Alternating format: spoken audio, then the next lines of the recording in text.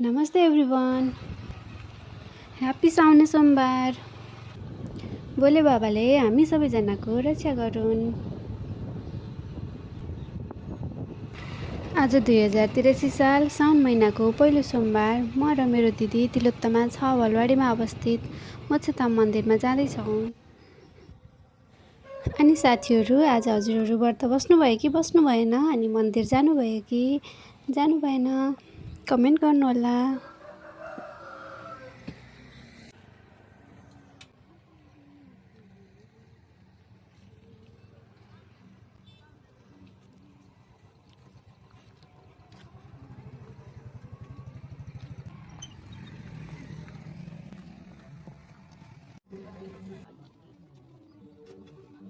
साथीहरू, हामी मोक्षधाम मन्दिर आइसक्यौँ। अब हामी यहाँ पार्किङ गरेर भित्र जाँदैछौँ। यो चाहिँ मेन गेटबाट हामी भित्र छिर्दैछौँ।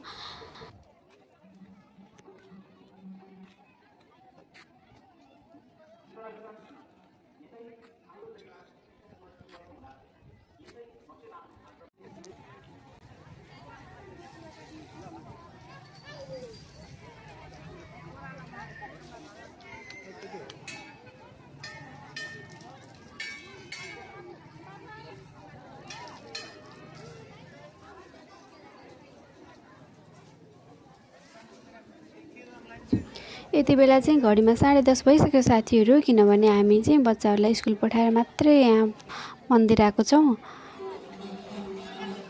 यति बेला चाहिँ खाली हुन्छ होला भनेको, तर भएको रहेन रहेछ, अझै पनि भिड नै रहेछ। 20 मिनट जति लाइनमा बसिसकेपछि बल्ल हामी मन्दिरभित्र छिर्न पाएको छौँ। अनि अब पूजा गर्न सुरु गर्दैछौँ।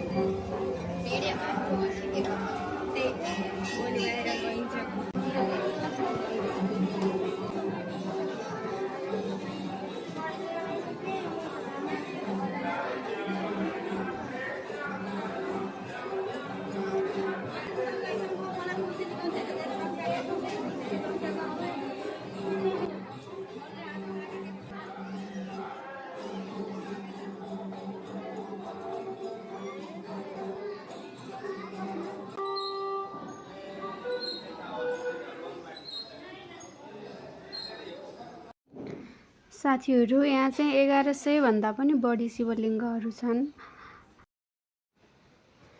शिवजीको पूजाको लागि टीका, प्रसाद, फुल, बेलपत्र, भाङको पात अथवा दानालाई विशेष महत्त्व लिइन्छ। बेलपत्रलाई चाहिँ शिवजीको प्रिय मानिन्छ, त्यसैले यसलाई पूजाको लागि अनिवार्य रूपमा पनि लिएको पाइन्छ। साथीहरू, हाम्रो पूजा चाहिँ सकिसकेको छ।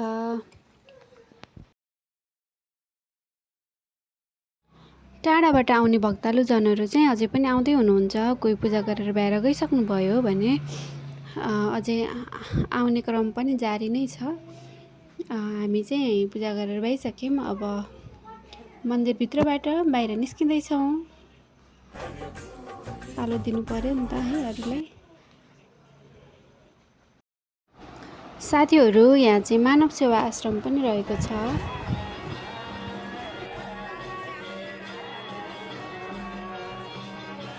नमस्ते, म युगल राज पाण्डे, मोक्षधाम सेवा आश्रमको सचिवालय सदस्य र हाल श्रावणी महोत्सवको संयोजक। यस मोक्षधाम सेवा आश्रम 2047 सालमा परिकल्पना गरेर 67 सालमा परिकल्पना गरेर हामी अगाडि बढेका हौँ र 68 सालको महायज्ञ पश्चात हामीले यहाँ लगभग 5 बिघा जग्गा चाहिँ समेटेर हामीले यहाँ राधाकृष्ण मन्दिर र अतिथि निवास पहिलो निर्माण गऱ्यौँ। त्यसै गरी 12 ज्योतिर्लिङ्ग विश्वनाथ मन्दिर सहितको 1108 शिवलिङ्ग पनि स्थापना गऱ्यौँ। त्यस पश्चात हामीले अमृतकुण्ड पनि निर्माण गरेका छौँ। त्यसै गरी भैरवामा एउटा महायज्ञको सम्पन्न गरेर हामीले मुक्तिनाथ धाम मन्दिर निर्माण गरेका छौँ।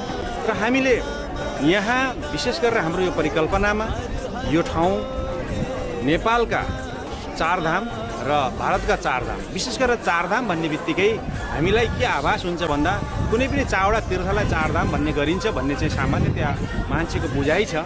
तर त्यो होइन।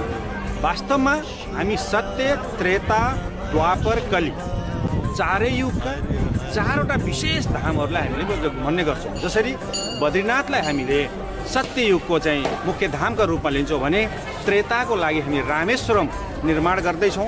रामेश्वरमलाई हामीले त्रेता युगको चाहिँ विशेष धामको रूपमा चाहिँ लिएका छौँ भने द्वापरमा आएर द्वारिकाधीश हामी निर्माण गर्दैछौँ। त्यस्तै गरी कलियुगमा आएर जगन्नाथपुरीको लागि चाहिँ जगन्नाथ धामको लागि चाहिँ यसरी 4 युगका 4वटा विशिष्ट स्थानहरूलाई हामीले हुबहु त्यही स्वरूपमा त्यही रूपमा हामीले चाहिँ स्थापना गर्दैछौँ। र त्यसको प्रक्रियामा अहिले बद्रीनाथ मन्दिरको टेन्डर भइसकेको छ भने द्वारिकाधीश र रामजानकी मन्दिर बन्ने प्रक्रियामा छ। र सायद नमस्कार, मेरो नाम टीकाराम पाण्डे, मोक्षधाम सेवा आश्रमको कार्यवाहक अध्यक्ष। मोक्षधाम सेवा आश्रम 2068 सालमा वृहत कार्ययोजना अनुसार गुरु योजना बनाएर निर्माण गरिएको स्थान हो। मोक्षधाम सेवा आश्रम भनेर धेरै लगभग 74 जिल्लाका भक्तजनहरूको परिचित भएको यो धाम हो। यो धामले विभिन्न कार्यक्रम अन्तर्गत चाहिँ नेपालका 4 धाम र भारतका 4 धाम सहित अन्य विभिन्न चाहिँ धार्मिक तीर्थस्थलमा हुने सम्पूर्ण कार्यहरू गर्ने गरी यो धामले आफ्ना गुरु योजना अनुसार कार्य अगाडि बढाइरहेको कुरा म यहाँ सबैलाई 12 ज्योतिर्लिङ्ग, 1108 शिवलिङ्ग, 108 रुद्राक्षका शिवलिङ्ग, 9 ग्रह मन्दिर, हनुमानको मन्दिर, राधाकृष्णको मन्दिर, सभा हल र सत्सङ्ग भवन, अतिथि भवन, ज्येष्ठ नागरिक मिलन केन्द्र लगायतका भवनहरू, अमृतकुण्डहरू स्थापना गरिसकेको अवस्था छ। र भावी योजना भनेको भर्खरै हामीले अब यही भाद्र आश्विनतिर गएर बद्रीनाथ मन्दिरको स्ट्रक्चर निर्माण, द्वारिकाधीश मन्दिरको स्ट्रक्चर निर्माण र जगन्नाथ मन्दिरको स्ट्रक्चर निर्माण गर्ने कार्य यही मोक्षधाम सेवा आश्रमको गुरु योजना अनुरूप त्यसले भनेका पूर्वीय दर्शन अनुसन्धान केन्द्र, गौशाला, गुरुकुल लगायत यस क्षेत्रमा सबै भक्तजनहरूलाई पाएक पर्नुपर्ने आवश्यक धार्मिक कार्य गर्नलाई सुविधा सम्पन्न यो ठाउँ बनाउने उद्देश्यले हामी वृहत कार्ययोजना अनुरूप यो मोक्षधाम सेवा आश्रमका सम्पूर्ण पदाधिकारी साथीहरू लागिरहेका छौँ। र यसमा विभिन्न सङ्घ, प्रदेश र पालिकाबाट पनि आर्थिक सहयोग प्राप्त भएको छ। भक्तजनहरूबाट प्राप्त भएको सहयोग चन्दा दानले पनि हामीले निर्माण कार्य अगाडि सारेका छौँ।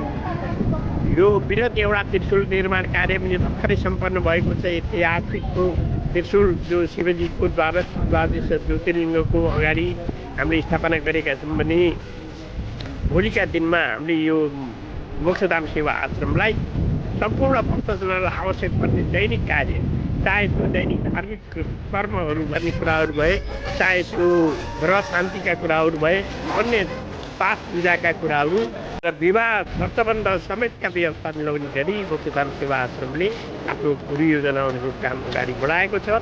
यसैमा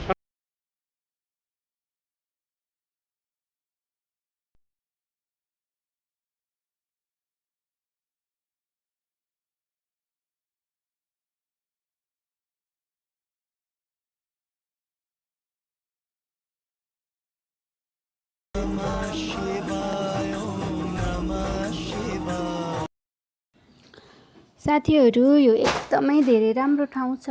अनि त्यसपछि त्यस्तै जस्तो राम्रो छ त्यस्तै शान्त पनि छ, मनलाई आनन्द मिल्ने खालको। हजुरहरू आउनुभएको छ कि छैन? आउनुभएको छैन भने चाहिँ एकचोटि अवश्य आउनु होला। यो अहिले देखिरहेको चाहिँ मानव सेवा आश्रम हो। यति बेलासम्म भिडियो हेरेर साथ दिनुहुने हजुरहरू सबैजनालाई धेरै धेरै धेरै धेरै धन्यवाद। साथै हजुरहरूको मनले सोचेको आँटेको सब सबै कामहरू पुरा हुन्। Thanks so much, by by.